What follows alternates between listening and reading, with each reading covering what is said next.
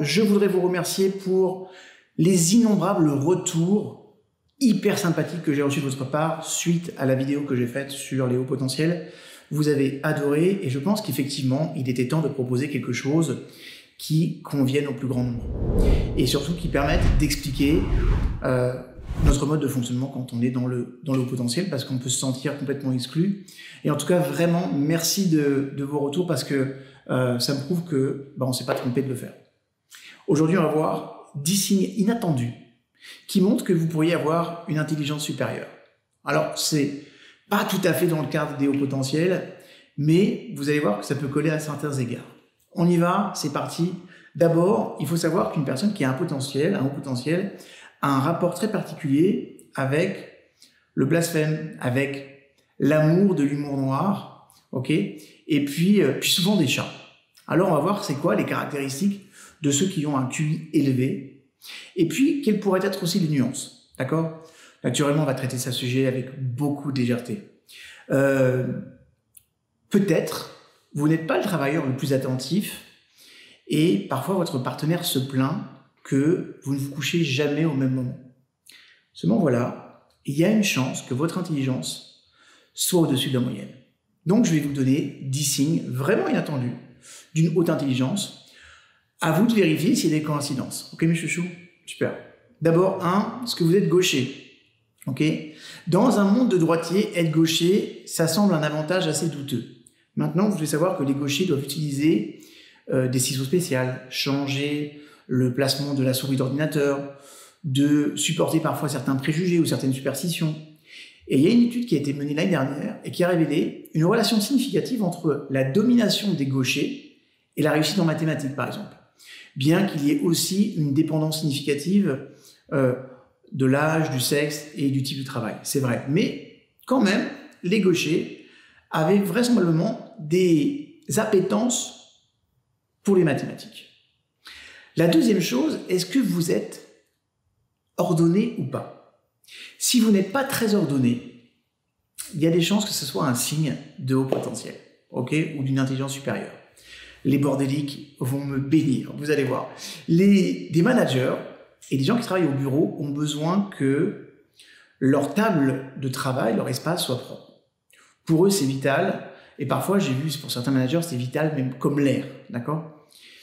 Un document perdu, ça peut devenir un problème, parfois pour tout un collectif. Mais si votre travail est connecté avec le développement de nouveaux produits, de design graphique par exemple, ou avec l'écriture des articles, votre lieu de travail peut stimuler la créativité. Et il y a des chercheurs de l'université de Groningen, ok, ils ont fait la conclusion que l'espace autour de nous affecte considérablement la nature de notre pensée. Par exemple, si nous voyons le chaos, notre cerveau commence à trier les informations pour que la pensée devienne plus claire. C'est-à-dire que curieusement, alors que parfois on va se dire d'avoir un espace clair, d'avoir un espace très vide pourrait être une super stratégie, sachez que pour les créatifs et pour les personnes qui sont à haut potentiel, cet espace, il est curieusement stimulant parce qu'il nourrit la suite et la logique d'information. Troisième signe, vous dites des gros mots, ok? Ceux qui ont l'habitude de dire des expressions pas très polies sont souvent considérés comme des personnes maladroites, c'est vrai. Mais des psychologues ont découvert que la connaissance des mots abusifs, ok, et cette habileté qu'on va avoir à l'utiliser, curieusement, ça peut être un avantage. Pourquoi? Parce que les participants avec le QI le plus élevé et le plus grand vocabulaire ont rappelé les plus gros mots en 1 minute. D'accord? Ça veut dire que nous jugeons sur l'intellect de la personne en fonction de ses manières et de son parler. Ok? Ça, ce sont les personnes qui ont étudié ça. C'est un monsieur qui s'appelle Timothy Jay et Christine Jay. C'est des psychologues Massachusetts College of Arts, I think. Je crois que c'est ça. C'est ça, ok. Maintenant, c'est vrai que ce jugement n'est pas toujours très précis, mais on sait que l'utilisation de langage interdit est associée avec la liste des caractéristiques négatives. Okay. Souvent, quand on parle mal, on va dire la personne manque d'éducation, elle n'arrive pas à s'auto-surveiller, elle est agressive. Sachez que c'est pas toujours vrai. que les personnes qui vont utiliser parfois des gros mots, curieusement, pourraient vous sembler bizarres, mais on sait aujourd'hui que ça pourrait être une forme inattendue de l'utilisation d'une forme d'intelligence supérieure. Ceux qui disent des gros mots, j'en dis parfois un peu trop, vont me remercier, d'accord? Quatrième point, vous savez faire rire les autres. Il y a un lien étroit entre le sens de l'humour et une haute intelligence. J'ai lu un article d'un monsieur qui s'appelle Jim Greenross, qui est psychologue à l'université d'Aberystwyth. Et elle et ses collègues ont découvert que la connexion avec l'intellect verbal est le plus forte parce que l'humour est basé sur des paradoxes verbaux. Okay, ça veut dire que c'est pas un hasard si l'humour est considéré comme sexuellement attirant. D'accord? Ça signifie que la personne qui parle, elle est ingénieuse, elle est capable de sortir des sentiers battus et de traiter aussi de problèmes avec un peu plus de philosophie. C'est plutôt pas mal.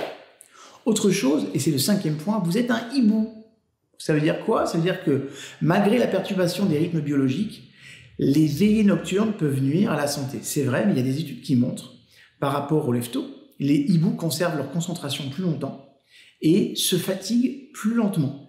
En plus, en moyenne, ils gagnent plus et occupent des postes plus élevés. Donc, pour les couche-tard, c'est aussi un avantage. Maintenant, il y a un lien de corrélation avec le fait que si vous êtes couche-tard, l'orientation professionnelle vers l'indépendance est quelque chose qui est beaucoup plus facile.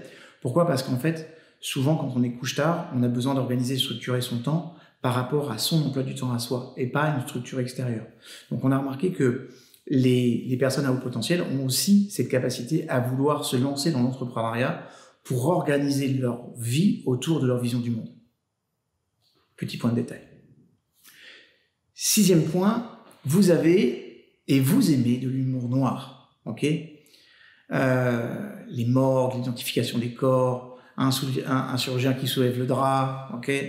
Enfin bref, tout ça, des choses qui peuvent choquer les autres, ça va vous faire rire. Ok?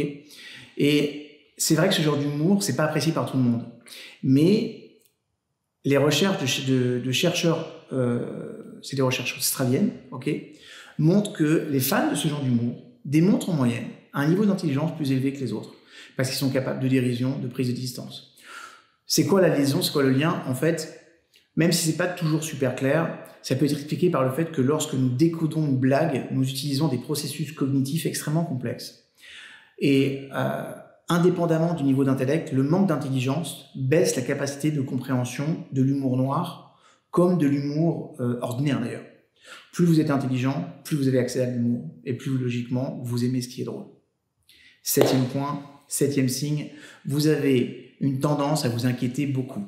Ça, c'est pas une surprise, mais une grande consolation pour ceux qui voient des problèmes partout, et surtout dans le futur, au moins, leur intellect est assez développé pour trouver des solutions. Et ça aussi, c'est important. C'est-à-dire que pendant des années, on a dit arrêtez de vous prendre la tête, mais en même temps, ça permet aussi à ces personnes, parce qu'ils se prennent la tête, d'avoir cette capacité créative à trouver des solutions. Et les psychologues de l'université de Lake Hill, c'est au Canada, ils ont découvert que ceux qui rejouaient constamment des situations négatives du passé dans leur tête, ou qui s'inquiétaient pour l'avenir, obtenaient des bons résultats de tests d'intelligence verbale. Mais la même étude a révélé que les indicateurs d'intelligence non verbale, sociale et émotionnelle, chez ces personnes, sont en revanche plus réduites. Donc, on essaie de compenser à chaque fois. Huitième signe, vous êtes autocritique. Ok? La phénoménologie connue, on appelle ça l'effet Dunning-Kruger. Okay? Les personnes moins compétentes et intellectuellement développées ont tendance à exagérer le degré de leur compréhension du problème. Ça veut dire quoi? Ils vont exagérer le niveau de développement de leur capacité mentale. Alors que les experts et les intellectuels, au contraire, vont être plus susceptibles de douter d'eux-mêmes. D'accord? Donc le doute ne serait pas obligatoirement l'apanage des gens qui ne sont pas intelligents. C'est tout le contraire. Ok? Je vous rappelle que c'est Socrate qui disait « je sais que je ne sais rien ». D'accord? Neuvième point, ça c'est un signe inattendu, logiquement vous aimez les chats. Dans les disputes entre les amoureux des chats et des chiens, le point passe au premier pour les hauts potentiels. Il y a une étude de 2014 qui a montré que les amoureux des chats ont le mode de pensée plus ouvert et parfois un goût plus subtil. D'accord? ça m'énerve. Mais ceux qui préfèrent les chiens, attention, sont plus énergiques et beaucoup plus faciles à vivre. Et ouais, faut bien qu'on ait des avantages. Alors si en plus vous avez 2 chiens et qu'en plus ce sont des femelles, logiquement vous êtes au top de la sympathie. 10e signe qui est vraiment important, vous êtes l'enfant aîné de la famille. Très souvent, les hauts potentiels, le niveau de QI le plus élevé est observé pas seulement chez les premiers-nés, mais aussi chez les enfants plus âgés en général. Okay. Il y a un professeur qui s'appelle Peter Christensen de l'Institut national de la santé de travail d'Oslo. Lui, il pense que cette connexion, elle peut être expliquée par des raisons qui sont sociales plutôt que biologiques.